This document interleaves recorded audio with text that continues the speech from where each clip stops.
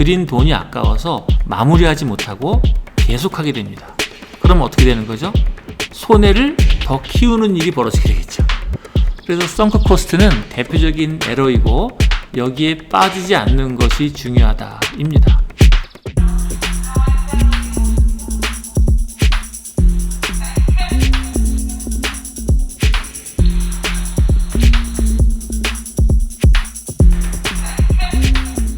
안녕하세요. 중간계 비즈니스 카드 시간입니다. 제 수업에서 있는 여러 가지 비즈니스 카드를 만들었는데요. 이 중에 카드 하나를 뽑아서 사업상, 의사결정상 필요한 레슨을 찾아보는 시간입니다. 자, 어떤 걸 뽑을까요? 우리 전진 매니저가 하나 뽑으시죠? 네, 알겠습니다. 뭘 뽑았을까요? 한번 보시겠습니다. 썬크 코스트, 매몰 비용 효과라는 것입니다. 네, 썬크 코스트란 경제학에서 시작된 말입니다. 투자한 비용을 아까워하는 효과, 이것을 썬크 코스트 효과라고 하는데요. 썬크는 가라앉다라는 말이고 코스트는 비용이란 말이죠. 그래서 더 이상 하지 않으면 전부 날아가는 비용을 말합니다. 건물을 짓다 말고 스톱을 하면은 그동안 들인 비용이 모두 날아가게 되는 거죠. 그래서 그 다음번에 안 좋은 일이 벌어질 것을 알매도 불구하고 계속하는 경우가 무척 많다라는 겁니다.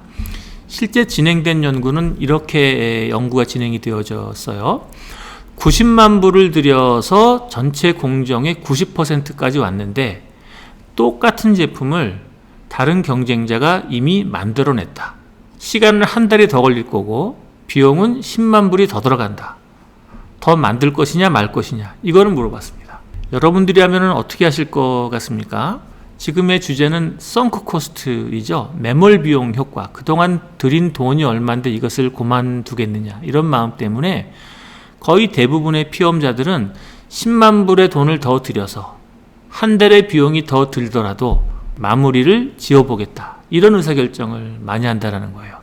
근데 그렇게 지은 프로젝트는 경쟁자가 이미 한 달 전에 나와서 고객을 다 확보하고 한 달 동안 또 다른 제품을 또 개발하면은 내가 만든 제품은 비교 열의에 놓이게 되겠죠? 그러면 시장에서 좋은 위치에 올라가기가 매우 어려운 거예요. 이런 것은 일종의 의사결정의 오류라고 얘기하는 겁니다. 대표적으로 콩코드 오류, 콩코드 비행기 아시나요? 과거에 유럽과 미국을 2시간 반 만에 왔다 갔다 하는 비행기였는데요. 비용이 너무 비싸고 소리가 너무 크고 태울 수 있는 사람은 불과 몇 명이 되지 않아서 완성시킨다 손 치더라도 경제성이 없다라는 사실을 모두가 다 알고 있었어요. 그럼에도 불구하고 끝까지 만듭니다. 그러고 나서 어떻게 됐죠? 시간이 지난 다음에 결국은 파산했죠.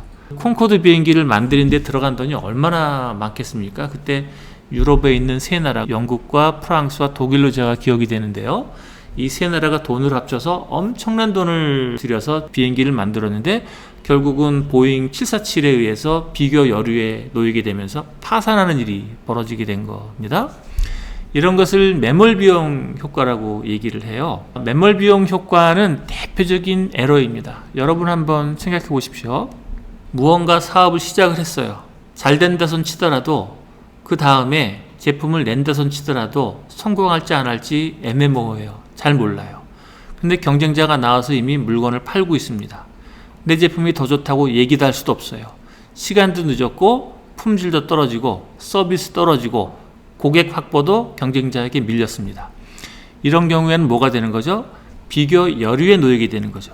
하지만 여러분들이 들인 돈이 있다면 들인 돈이 아까워서 마무리하지 못하고 계속하게 됩니다.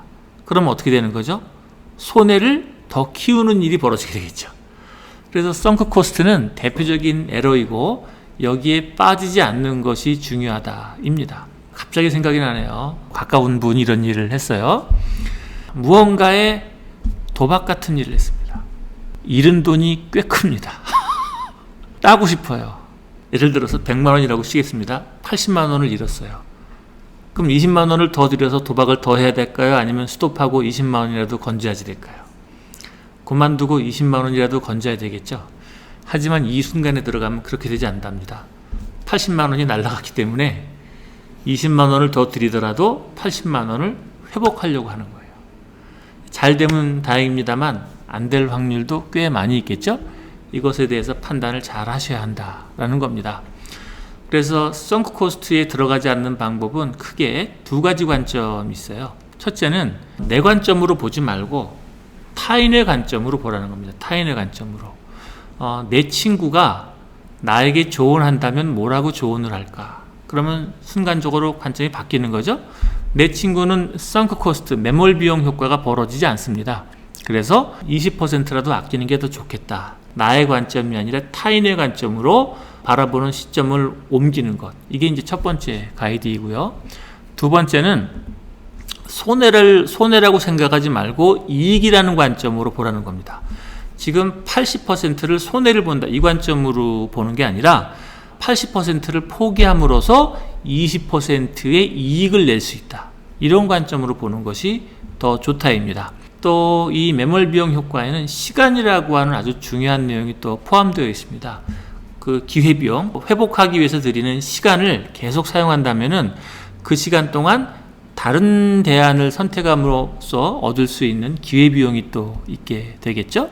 그래서 이런 기회비용도 살펴보면서 매몰 비용 효과를 줄여나가는, 바꿔 말하면 손실 효과를 좀 줄이는 그런 관점을 갖게 되겠습니다. 매몰 비용 효과는 조금 어렵네요. 여하튼간 선 투자해 놓은 곳이 아까워서 계속 딸려가다가 끝까지 시간과 돈과 또 노력을 다 소진해 버리는 일은 바람직하지 않다라는 것이 그 매몰 비용 효과 되겠습니다. 방법은 무엇이라고요? 두 가지입니다. 나의 관점이 아니라 타인의 관점으로 바라보는 것, 또 하나는 손실의 관점이 아니라 이익의 관점으로 바라보는 것.